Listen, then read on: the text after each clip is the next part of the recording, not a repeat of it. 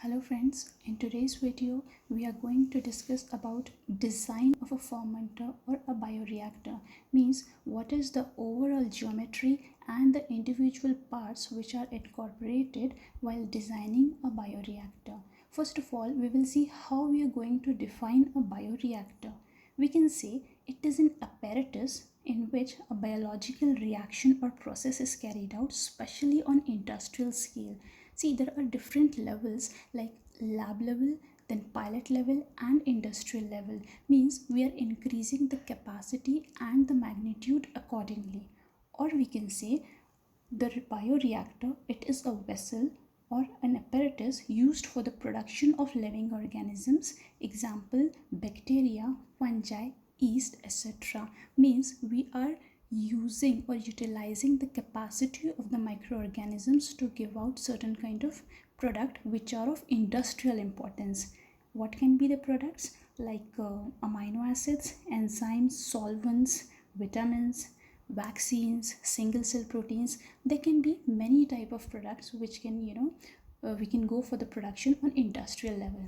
So sticking to our topic only, how we are going to design it. If you see the basic geometry, the height versus width ratio, usually 6:3 or 7:3 diameter configuration is taken. The body, the construction material, it is made up of stainless steel. See, there are various grades and everything, various specification goes while choosing the material, the construction material, which we will be seeing it in later videos. Now here, if you see, this is a central shaft. Central shaft is connected to a motor. As you can see over here, there are various probes, the sensory device, which are incorporated inside the bioreactor depending on the type of the product. See, there can be pH controller, there can be temperature control, etc. So these are the probes, the sensory device, which are present inside the bioreactor, and those are connected to the reservoir. For example, if pH controller is there, then it is attached to an acid base reservoir. Here this is the acid base reservoir, and then there is this sensor or probe which is present inside the bioreactor, inside the vessel. Then there is the exhaust gas outlet. If you can see, this is the steam inlet, and then there is this exhaust gas outlet. See, what we are doing, we are taking into consideration the aerobic process. For aerobic process, what we are doing, we are using the steam under pressure, because we have to maintain the temperature, also we have to maintain the sterilization for maintaining the aseptic conditions. As you can see, the next one is these over here. As you can see, these are the cooling jackets. Cooling jackets or heating coils are present, either for increasing the temperature or decreasing the temperature. Next is the baffle.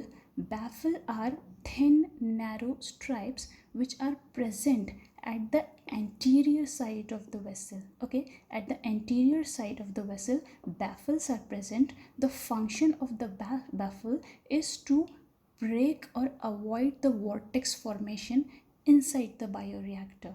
Then as you can see, this is the culture broth, and then there is the sparger present. What is the function of the sparger? It provides the sterile air under high pressure inside the bioreactor. So usually the sparger are placed below the impellers. As you can see, these are the blades or the impellers. The function of the impeller is to mix up the whole nutrient broth or the culture broth. This is the level of the culture broth, and as you can see, the impeller propellers, these are causing the agitation effect, the mixing effect. So spargers are present at the bottom, and then the sterile air is provided or passed on from the bottom to the topward direction, and then it hits on onto the blades. There are various types of impellers present, which we will be discussing later on.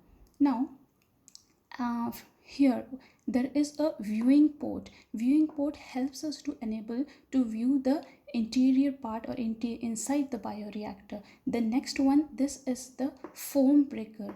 Means foam formation is an undesirable aspect while going for the bioreaction. So there are foam breakers. There can be many types